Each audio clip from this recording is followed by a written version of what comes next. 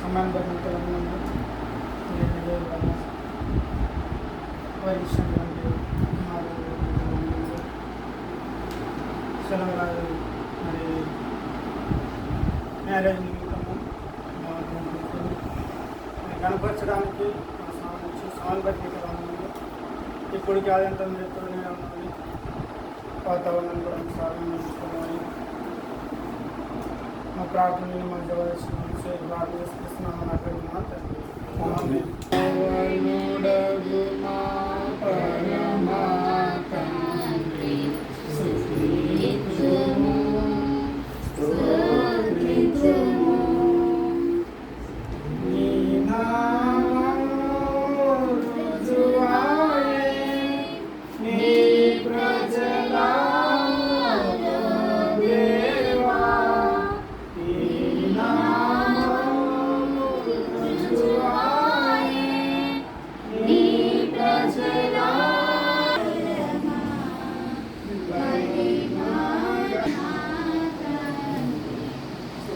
రేపు ఎట్లా అబ్బా మీకు అన్న మంచివాడు.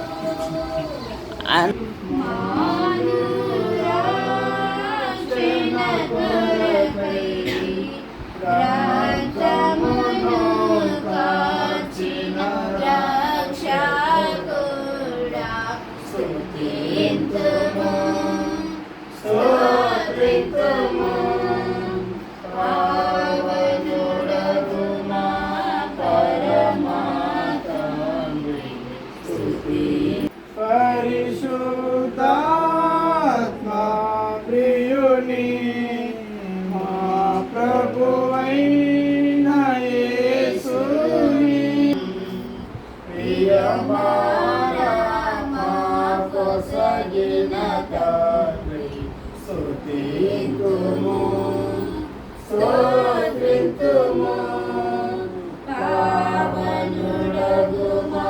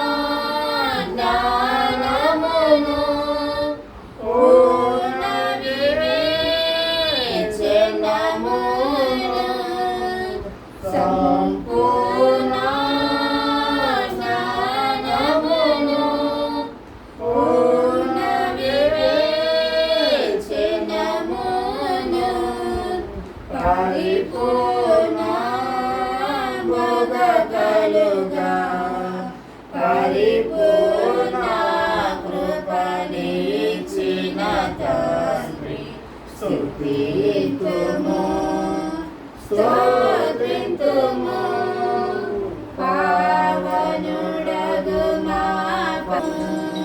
స్తోత్రింతుము ప్రభు యేసు క్రీస్తునా పరలోక విషయములో ప్రభు యేసు క్రీస్తునా పరలోక విషయములో ప్రతి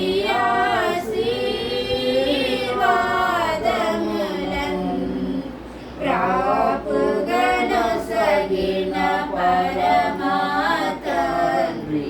స్తుతింతుము స్తోత్రింతుము పావనుడగు మా పరమాతండ్రి స్తుతింతుము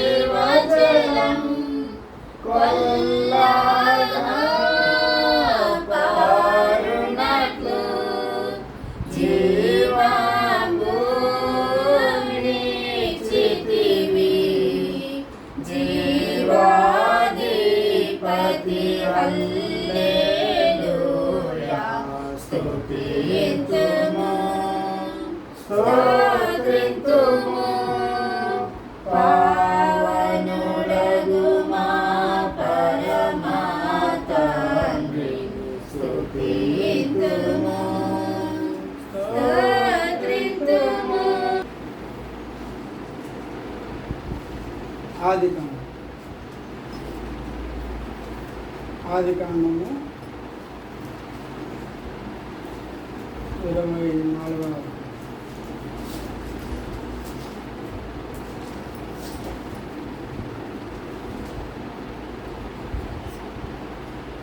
ఆదికాండము 24వ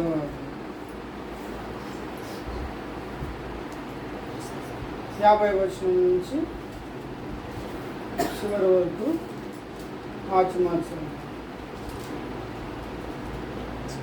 పేజ్ నెంబర్ 18. లాబాను బెతుయేలును ఇది యెహోవా వలన కలిగిన కార్యం, మేమైతే అవునని కానీ కాదని కానీ చెప్పగలము.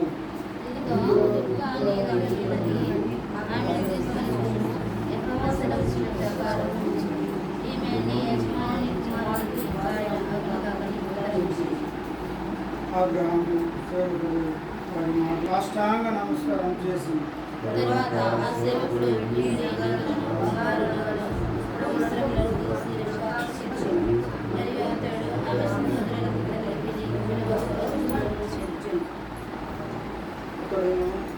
అతనితో కూడా మనుషులను అన్నపానంలో కూర్చుకొని అక్కడ రాత్రి అంటే నుండి ఉదయం వారు లేచినప్పుడు అతడు నా యజమాని వద్దకు నన్ను పంపించుడని చెప్పగా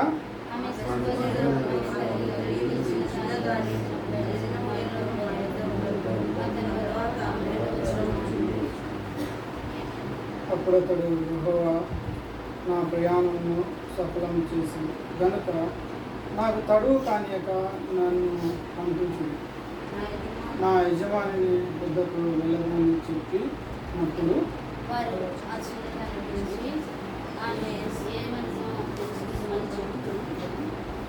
రిబ్కాను పిలిచి ఈ మనుషునితో కూడా వెళ్ళదవా అని ఆమె అడిగినప్పుడు వెళ్ళదని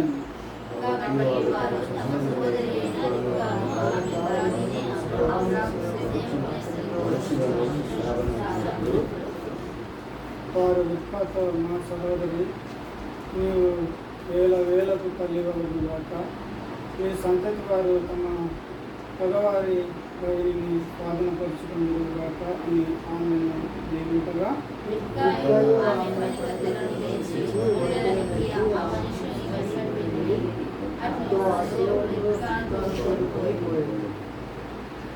ఇస్సాకు బేయర్ లహయోరం మార్గంలో వచ్చి దక్షిణ దేశం నుండి కాపురం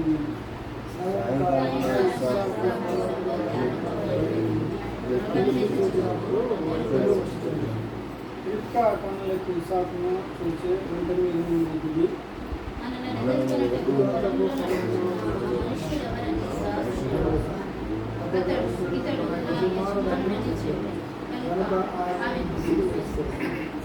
అప్పుడు ఆ దాసుడు తాను చేసిన కార్యాలన్నీ ఇస్సాకుతో వివరించి చెప్పింది.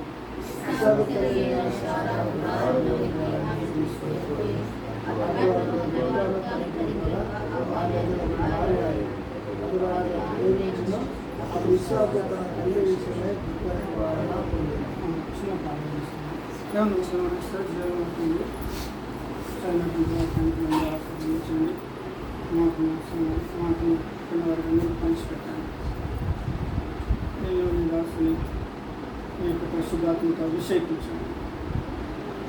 ఆమె మీ యొక్క జ్ఞానాన్ని మాకు వాటిని అర్థం చేసుకుని జ్ఞానాన్ని మాకు నా నోటిని గోరుగా వాడుతుంది, నా నోటికి మీ పనులు మాటలు మాకు గ్రహించాను.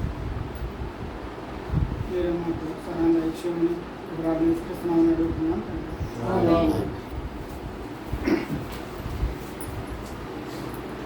ఇక్కడ చదివినటువంటి వాక్య భాగంలో మరి ఇస్సాకు మరి చూడండి 4వ వచనం, 4వ వచనం, 24వ అధ్యాయం 4వ వచనం.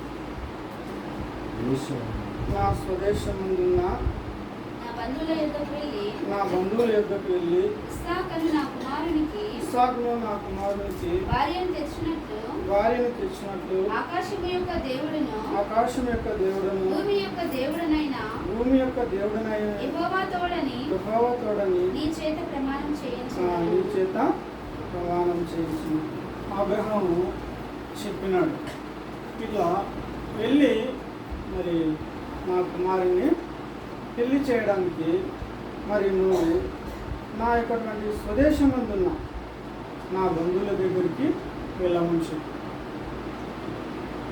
చూడండి, అబ్రహాము చెప్పిన మాట తన దాసుడు విన్నాడు. అంటే మనం ఏం గమనించాలంటే ఇక్కడ అనగా విధేయత చూస్తుంది. చెప్పిన మాట వెంటనే విన్నాడు. విని మరి ఆయన వెళ్ళినాడు. 14వ వచనం. కాబట్టి నేను త్రాగునట్లు నీవు దయచేసి నీ పడవను ఉంచుమని నేను చెప్పగా నీవు త్రాగుము, నీ వంటలకు నీళ్లు పెట్టుదునని ఏ చిన్నది చెప్పునో ఆమెయే నీ సేవకుడైన ఇస్సాకు కొరకు నీవు నియమించినదై ఉండునుగాక. అందువల్ల నీవు నా యజమాని మీద అనుగ్రహం తెలుసుకున్నాను నేను.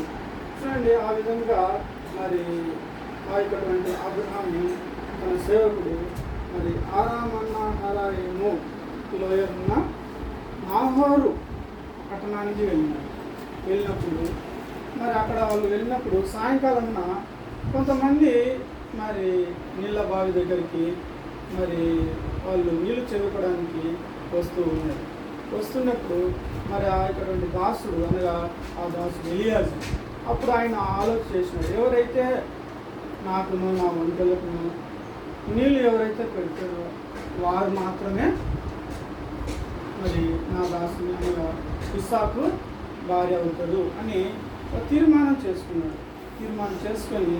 ఆ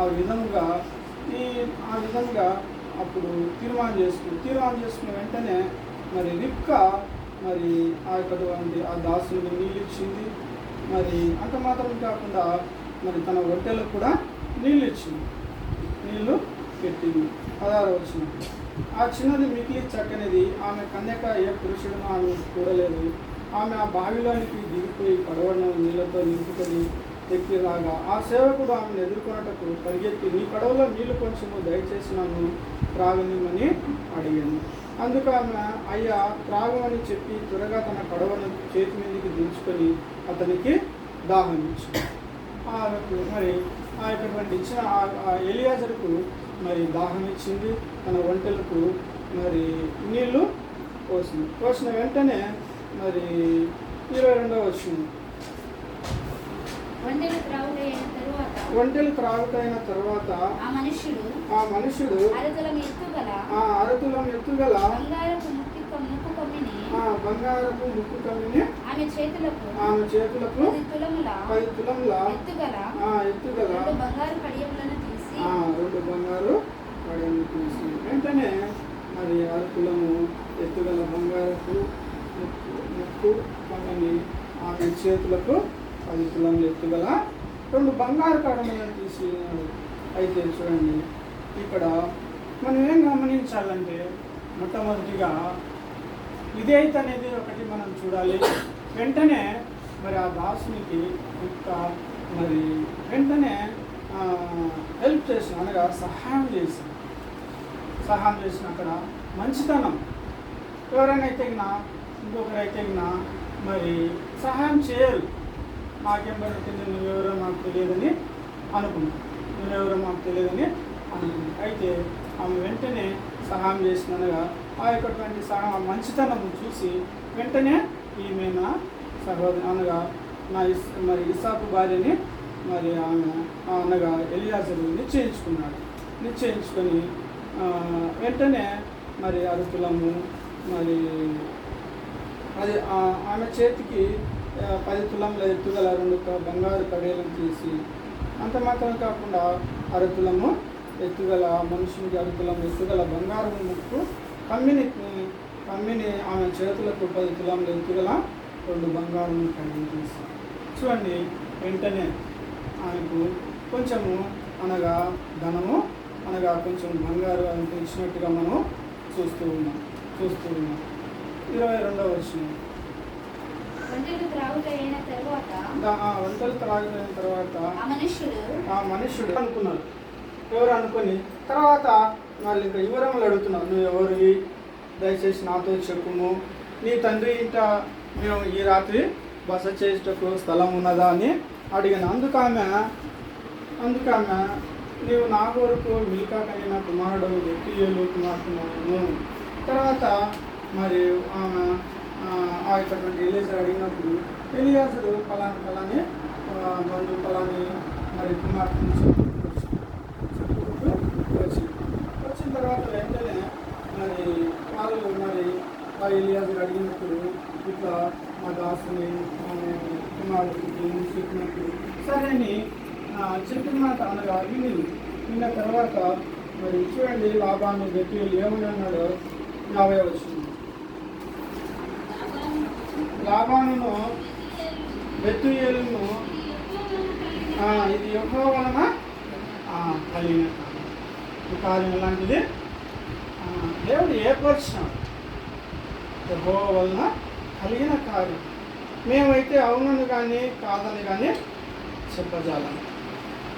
ఈ మరి సెలవరాజు మరి జెసికా ఈ యొక్క కార్యం దేవుడు ఏర్పరిచాడు. వీళ్ళిద్దరినీ ఏర్పరిచాడు. ఇది యెహోవా కలిగినటువంటి కార్యం. యెహోవా కలిగినటువంటి కార్యం. అదేవిధంగా మరి ఈ ఇస్సాకు ఈ రిబ్కా వీరు కూడా కలిగినటువంటి దేవుడు ఏర్పరిచినటువంటి కార్యం. దేవుడు ఏర్పరిచినటువంటి కార్యం. చూడండి, ఆ మాట వెంటనే చెప్పిన వెంటనే వారు మరి వెంటనే పంపినారు. ఈ బెత్తుయేలు లాబాను వాళ్ళ సహోదరుడు లాబాను బెత్తుయేలు మరి వెంటనే ఆ యొక్క ఎలియాజరు అడిగిన వెంటనే వెంటనే పంపినారు. వెంటనే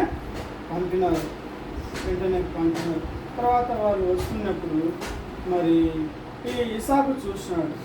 ఇస్సాకు చూసి ఈ ఒంటెల మీద వస్తున్నది ఎవరైనా చూసి మరి అప్పుడు తర్వాత ఈ మరి రిబ్కాను తెలిసి ఏం చేసినాడంటే దిగి మళ్ళీ తర్వాత మరి వాళ్ళని ఎదుర్కోవడానికి పోయి మరి వాళ్ళతో కలుసుకున్నాడు. తర్వాత మరి వాళ్ళందరూ కలిసి మరి అనగా అబ్రహాం ఇంటి దగ్గరికి వచ్చినప్పుడు ఆ యొక్క తల్లి తీసుకొని ఇంట్లోకి వెళ్ళిపోయింది. అయితే మనం ఇక్కడ చూస్తున్నది ఏంటంటే మొట్టమొదటి విధేయత అనేది మరి చూస్తూ ఉన్నాము. రిబ్కా అనగా కట్టడం, ఇస్సాకు అనగా నవ్వు. ఆది కాండము 29వ అధ్యాయం. ఆది కాండము 29వ అధ్యాయము 18వ వచనం. యాకోబు రాహేలును ప్రేమించి నీ చిన్న కుమార్తె అయిన రాహేలు కోసము చూడండి, ఇక్కడ కూడా మరి యాకోబు రాహేలు కోసము మరి 7 సంవత్సరంలోనూ మరి పని చేసినాడు. 7 సంవత్సరంలో పని చేసినాడు. అయితే తన మామ రాహేలు ఇచ్చినాడా? ఇయ్యలేదు. లేయానిచ్చి పెళ్లి చేసినాడు.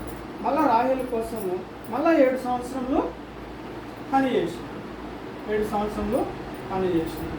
చూడండి, అనగా ఏంటంటే ఇక్కడ రాహేలు కోసము 14 సంవత్సరాలు పనిచేసినాడు. 14 సంవత్సరంలో పనిచేసినాడు.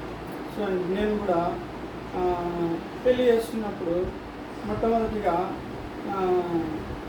ఏమని అనగా మా భార్యని అనుకున్నాను ఫస్ట్. తర్వాత వాళ్ళు ఈమె చిన్నది, ఈమె చిన్న పాప, పెద్ద పాప ఉండగా మేము పెళ్ళి చేయమన్నారు. తర్వాత అంటే వాళ్ళిద్దరు ట్విన్స్ అయినా ఒకరోజు పెద్దది. తర్వాత మరి తల్లిని మేము నిర్ణయించుకున్నాం, ఏమని పెద్ద పాపని చేసుకోవాలని నిర్ణయించుకున్న తర్వాత మళ్ళీ ఏమైందేమో తెలియదు, మళ్ళీ పెద్ద పాపను ఏమో చిన్న పాపను ఇస్తామని చెప్పింది. అంటే అప్పుడు దాదాపు సంవత్సరం పైన అయిపోయింది. అంటే మాట్లాడిన తర్వాత సంవత్సరం రోజులు ఆగిపోయినాం. తర్వాత మళ్ళీ పెళ్ళి చేసుకున్నాం. అంటే ఏంటంటే ఈ ఇటువంటి యాకోబుకు ఏ విధంగా మరి యాకోబు రాహేలు కోసం 14 సంవత్సరం పనిచేసిన 24వ అధ్యాయము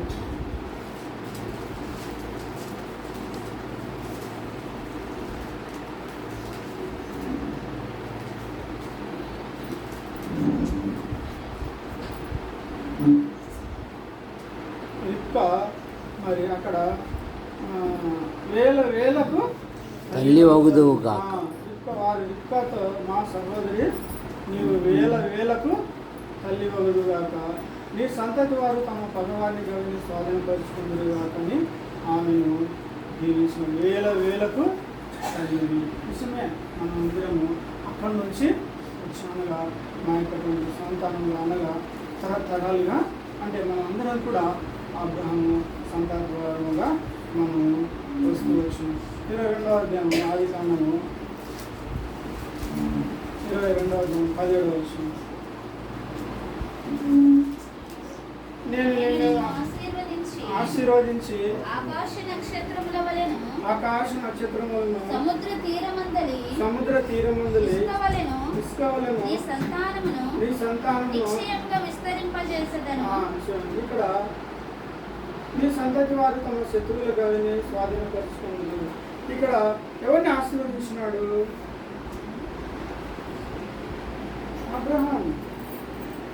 అబ్రహామును ఆశీర్వదించినాడు. నేను నీకు ఒక్కడైనా నీ కుమారుని వెనుక తీయకని ఈ కార్యం చేసినందున. మనకు తెలుసు అబ్రహాము ఇస్సాకును ఇవ్వడానికి వెనుకాడలేదు. అందుకనే అబ్రహాము దీవించిన. దేవుని పని చేయడానికి కూడా మనం కూడా వెనుకాడకూడదు. మనం కూడా దీవించబడాలి, మన కుటుంబం దీవించబడాలి, మన పిల్లలు దీవింపబడాలంటే మనం ఏం చేయాలి? దేవునికి విధేయత చూపించాలి. ఎలియాజరు అబ్రహాము దేవునికి విధేయత చూపించినాడు. అదేవిధంగా మరి రిబ్కా లాబాను బెతూయేలు వీరు ఏ విధంగా అయితే విధేయత చూపిస్తున్నారో మనం కూడా ఏంటంటే దేవునికి విధేయత చూపించాలి.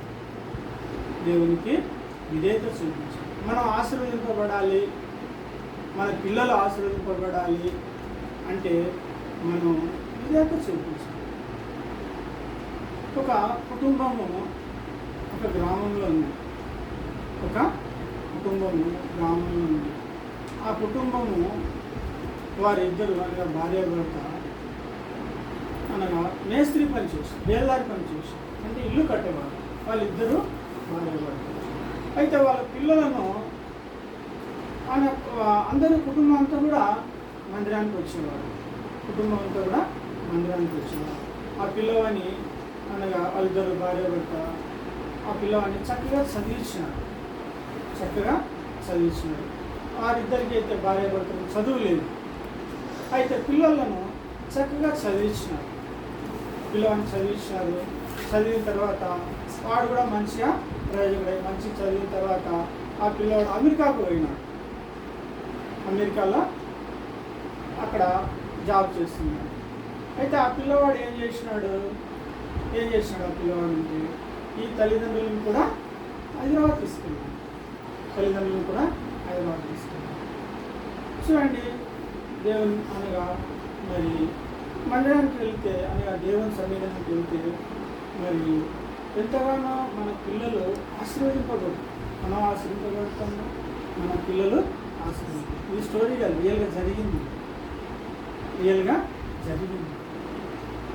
వాళ్ళు చిన్నప్పటి నుంచి మరి ఇల్లు కట్టేవాళ్ళు, దాదాపు కొన్ని సంవత్సరాలు కట్టేవాళ్ళు. ఇప్పుడు ఎక్కడున్నారు వాళ్ళు? అమెరికాలో ఉన్నారు.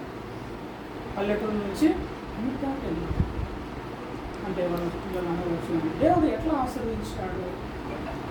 దేవుని యొక్క మందిరానికి వెళ్ళింది, దేవునికి విధేయత చూపించిన, దేవుని మందిరానికి వెళ్ళినప్పుడు దేవునికి విధేయత చూపించిన మనం ఆశీర్వదించబడతాము, మన పిల్లలు కూడా ఆశీర్వదించారు. మన మందిరానికి వెళ్ళకుండా దేవునికి విధేయత చూపించకుండా మన పిల్లలను మనం ఎట్లా ఆశీర్వదిస్తాడు? మనం ఆశీర్వదింపబడాలని, పిల్లలు ఆశీర్వదింపబడాలని దేవునికి విధేయత చూపించాలి. దేవునికి విధేయత చూపించాలి. ఈ రెండవ కొరింథీయులకు రాసిన పత్రిక, కొరింథీయులకు రాసిన పత్రిక 2వ పత్రిక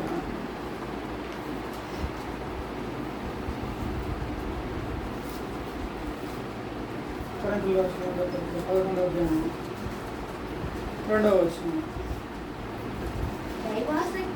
దైవాసక్తితో నీ ఎడల ఆసక్తి కలిగి ఉన్నాను. మీ ఎడల ఆసక్తి కలిగి ఉన్నాను. ఎందుకనగా పవిత్రురాలైన కన్యకనుగా ఒక్కడే పురుషునికి అనగా క్రీస్తుకు సమర్పింపవలనని మిమ్మును ప్రదానం చేసింది కానీ దేవాసక్తితో మీ ఎడల ఆసక్తి కలిగి ఉన్నాను. ఎందుకనగా పవిత్రాలైన కన్యక, పవిత్రాలైనటువంటి కన్యక మనకు తెలుసు. బుద్ధిగల కన్యకలు, బుద్ధి లేని కన్యకల గురించి మనకు తెలుసు.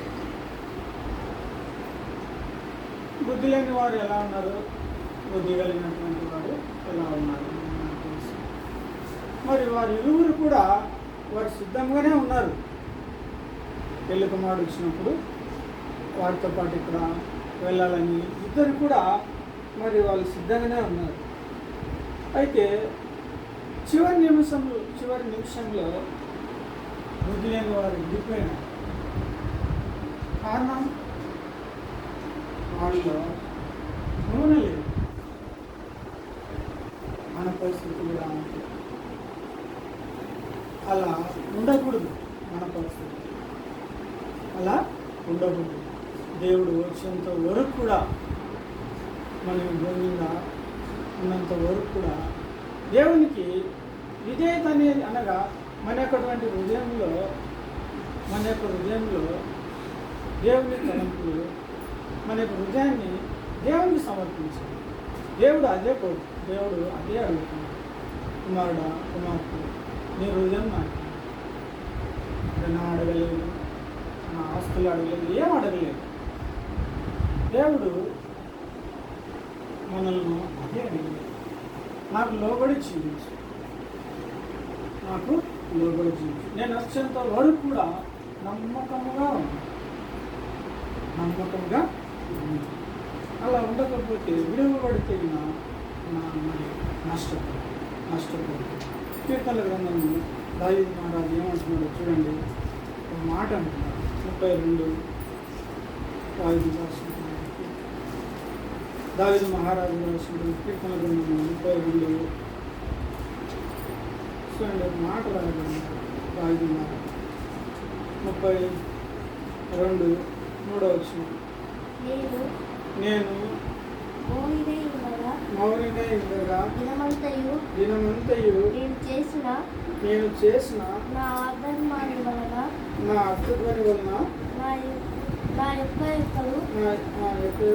ఎముకలకు క్షీణించినది. తన అతిక్రమకు పరిహారం లేనివాడు, తన పాపములకు ప్రాయశ్చిత్తం లేనివాడు, తన పాపములకు యెహోవా చేత నిర్దోషాన్ని ఎంచబడినవాడు, ఆత్మల కపటము లేనివాడు, తన పాపములకు ప్రాయశ్చిత్తం. పాపం అనగా ఏంటి? ఆజ్ఞ అతిక్రమమే. ఆజ్ఞ అతిక్రమం అంటే దేవుని మాట వినకపోవడమే. మనుషుల మాట మనం వింటే అది మెచ్చుకోకపోవచ్చు. వారు మనకు వారి వల్ల మనకు ఉపయోగం ఉండొచ్చు, ఉపయోగము లేకపోవచ్చు. అయితే దేవుని మాట వింటగిన ఖచ్చితంగా మనకు ఏముంటుంది? దేవుని మాట వింటే మనకి ఏముంటుంది? దేవుని మాట వింటగిన మనకి ఏమొస్తుంది? మనం ఎంతగానో ఆశీర్వదింపబడిన తన పాపమునకు ప్రాయశ్చిత్తం పొందినవాడు ధన్యుడు. మనలో మనం పుట్టకతోటే పాపంతో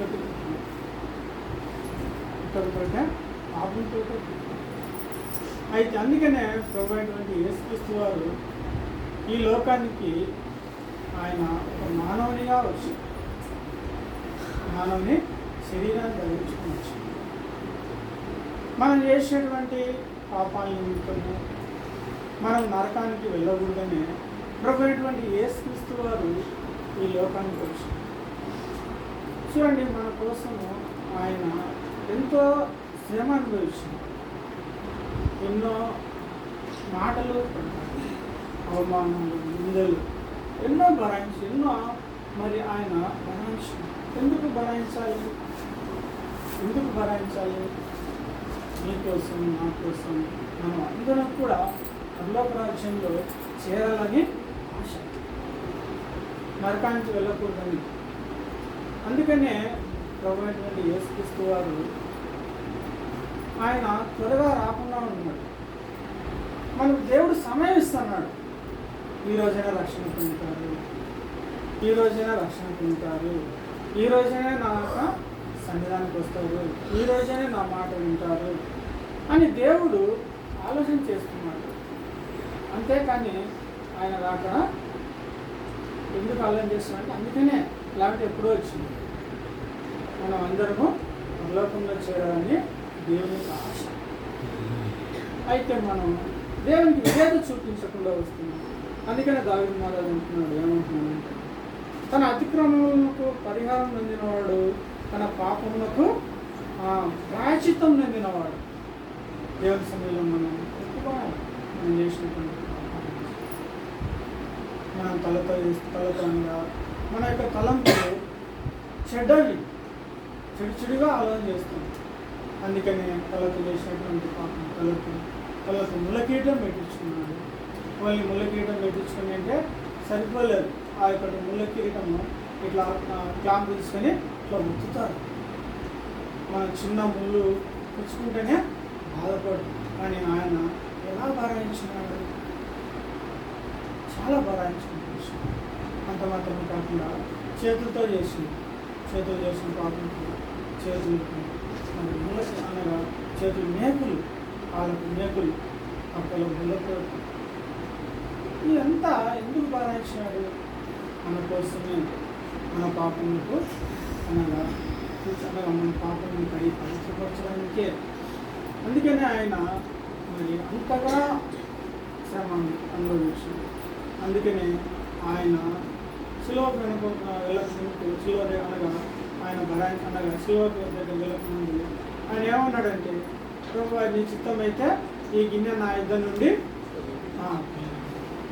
అంటే ఆ గిన్నెలో మన పాపాలు అన్నీ ఉన్నాయి. ఇందులో ఆ గిన్నెలో మన పాపాలు అన్నీ ఆయనకు కనబడిపోతాయి.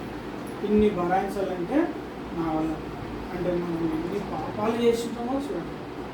మనం మర్చిపోతాం చేసిన పాపం. అనగా పాపం ఖచ్చితంగా చేస్తాం, మనం తెలియకుండానే చేస్తాం. అయితే ఈ దేవుడు మనల్ని ఎంతగానో ప్రేమించుకుంటూ వచ్చినాడు. మన పిల్లలను మనం ఏ విధంగా అయితే ప్రేమిస్తామో అదేవిధంగా దేవుడు మనల్ని కూడా ప్రేమిస్తున్నాడు. మన పిల్లలు ఎంత తప్పు చేసినా కానీ మనం వాళ్ళని ప్రేమిస్తూనే ఉంటాం. ఎప్పుడు మనం వారిని ద్వేషించాం, ఎప్పుడు కానీ మన పిల్లలను ద్వేషించాం. అదేవిధంగా దేవుడు మనల్ని అదేవిధంగా మన పిల్లల్ని ఏ విధంగా మనం ప్రేమిస్తున్నామో మన దేవుడు కూడా మనల్ని అదే విధంగా ప్రేమిస్తున్నాడు.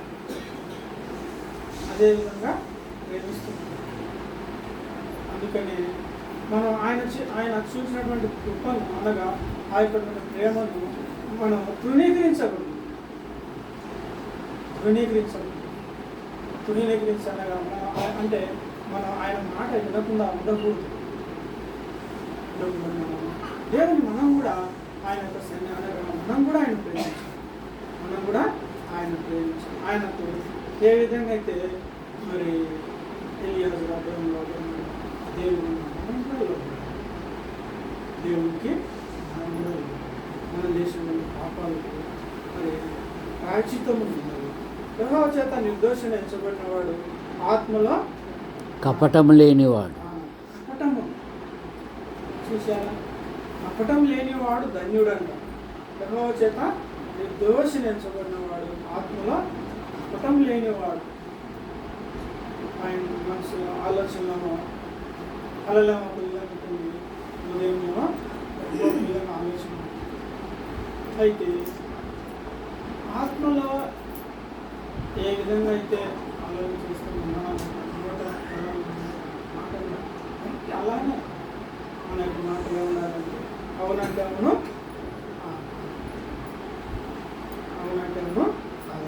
ఆత్మలో కపటం లేనివాడైతే నేను మౌనినై ఉండగా దినమంతా నేను చేసిన నా అద్భుతమని వలన నా ఎంతో చేయించింది. దివారాత్రులు నీ చేయి నా మీద బరువుగా ఉంది. నా సారం వేసవికాలంగా తిరిగినట్టు నా దోషం నాకు కప్పుకొనగా నీ ఎదుట నా పాపము దోషం తప్పు దొరలు స్వామి.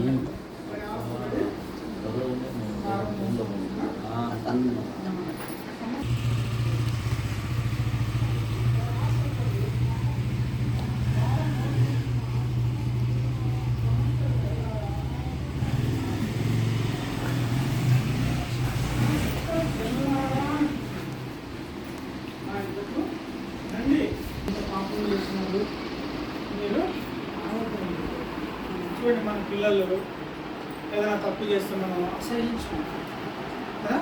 అయితే దేవుడు అలా అసహించుకోలేదు. అందుకనే మనం చేసినటువంటి పాపము తప్పుకొనగా నీ ఎదుట నా పాపము ఒప్పుకోకుండా ఏ విధంగా పాపము మనం కూడా పాపాన్ని ఒప్పుకోనాలి. యెహోవా సన్నిధిని నా అతిక్రమంలో ఒప్పుకోవాలి. నీవు నా పాప దోషను పరిహరించున్నావు. సో వెంటనే ఒప్పుకుంటే ఏ విధంగా బాగా నీవు నా పాప దోషను పరిహరించున్నావు. నా పాపాలన్నిటి కూడా తీసివేసినావు. ఒప్పుకున్నాడు, తీసివేసినాడు. మనం కూడా ఏమంటే ఒప్పుకోనాలి. మన పాపను మనుషుల దగ్గర ఒప్పుకుంటే కొంతమంది క్షమిస్తారు, కొంతమంది క్షమించారు. అయితే దేవుడు మన పాపాలను ఖచ్చితంగా క్షమించి వేస్తాడు. దేవుడు ఖచ్చితంగా మన పాపాలను క్షమించి వేస్తాడు. మన దోషములను క్షమించి వేస్తాడు. దేవుడు క్షమించగలటువంటి సిద్ధమైనటువంటి మనసు. ఆయన మనసు ఎలాంటిది? ఎలాంటిదైన మనసు దేవుడు. అందుకని దేవుని యొక్కటువంటి తలంపు, దేవుని యొక్కటువంటి అనగా ఆయన చిత్తం ఏంటో మనం కనుగొనాలి. ఆయన చిత్తం ఏంటో మనం కనుగొనాలి. దేవుని చిత్తానుసారంగా మనం చేయాలి. దేవుని చిత్తానుసారంగా చేయాలి. ఒకసారి కొత్త సింగారు అంకులు అమెరికా నుంచి వస్తే మొదటగా కొత్త సింగారు అంకులు ఒప్పుకోలేదు. తర్వాత చెప్తాంలే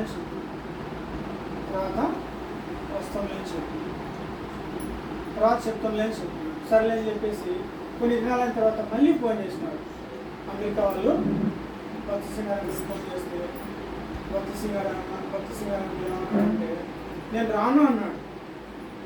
అదేంటి నువ్వు ఆఫర్ ఇస్తుంటే నేను రమ్మంటుండేవారు అమెరికా ప్రెసిడెంట్ అమెరికా ప్రెసిడెంట్ పిలిస్తే ఎవరైనా రావాల్సిందే. నువ్వు రాను ఎందుకని అంటున్నావు అంటే కొత్త సింగరేంట్లో అన్నాడు, నువ్వు నన్ను రమ్మంటున్నావు, అయితే నా దేవుడు నన్ను వద్దంటున్నాడు, నా దేవుడు వద్దంటున్నాడు. అప్పుడు ఆయన అన్నాడు, ఇక్కడ పిలిచేది అమెరికా ప్రెసిడెంట్, అమెరికా ప్రెసిడెంట్ నా దేవుడు ప్రపంచానికే అది ప్రెసిడెంట్ అని నీ మాట నేను విన్నాను. నా దేవుడి మాట నేను వింటాను, నా దేవుడి మాట నేను, నా దేవుడు పోవద్దన్నాడు కాబట్టి నేను రాను అని చెప్పేసి. అంటే మనం అక్కడ గమనించాల్సింది ఏంటంటే దేవుడి చిత్తాన్ని కనుగొన్నాడు. దేవుడు చెప్పినాడు వెళ్ళొద్దన్నాడు, అదే ఇంకొక అయితే వెళ్ళేవారు. అమెరికా ప్రెసిడెంట్ ఏం చేస్తాడు అని భయపడేది. అయితే భక్తిస్తున్నాడు, భయపడుతున్నాడు. దేవుడు ఏం చెప్పినాడు అదే విధంగా చూసుకున్నాడు. ఏంటంటే అందుకనే భక్తిస్తున్నాడు. ఎంతగానో సంఘాలు అయిపోయింది, ఎంతగానో అభివృద్ధి చెంది కారణం దేవుడు దేవత చూపించు. దేవుడి మాట దేవుడు చెప్తే దేవుడు కొమ్మంటే పోతాడు, దేవుడు వద్దంటే ఆగిపోయేవాడు. ప్రభు చిత్తం అయితే అందుకని ఎవరైనా కానీ పాత్రలు అడిగినా అంటే ప్రభు చిత్తం అయితే వస్తాంలే, ప్రభు చిత్తం అయితే వస్తాంలే అని చెప్పు. కానీ రాగాను తగ్గిపోతాము, రాగాను ఆ మాట కరువైపోతాం. అయితే కరువైపోతుందని మనం అలానే నిర్లక్ష్యంగా ఉండకూడదు. దేవుడు ఎప్పుడు వస్తాడో తెలియదు. అయితే మనం ఏ విధంగా అయితే వారు మరి ఉద్యోగాల స్త్రీలు ఏ విధంగా అయితే వారు సిద్ధంగా ఉన్నారు, అలా ఆ విధంగా మనం మన హృదయంలో మనం దేవుడిని అనగా మన హృదయంలో దేవుడిని ఉంచుకోవాలి. మన యొక్క పాపం మన యొక్క హృదయంలో ఎలాంటి కపటం అనేది ఉండకూడదు. దేవుడు చిత్తానుసారంగా దేవుడికి విధేయత చూపించాలి. దేవుడికి విధేయత చూపిస్తే మనలో ఉన్నటువంటి పాపాలను ఒప్పుకుంటున్నాం. దేవుడు మనకు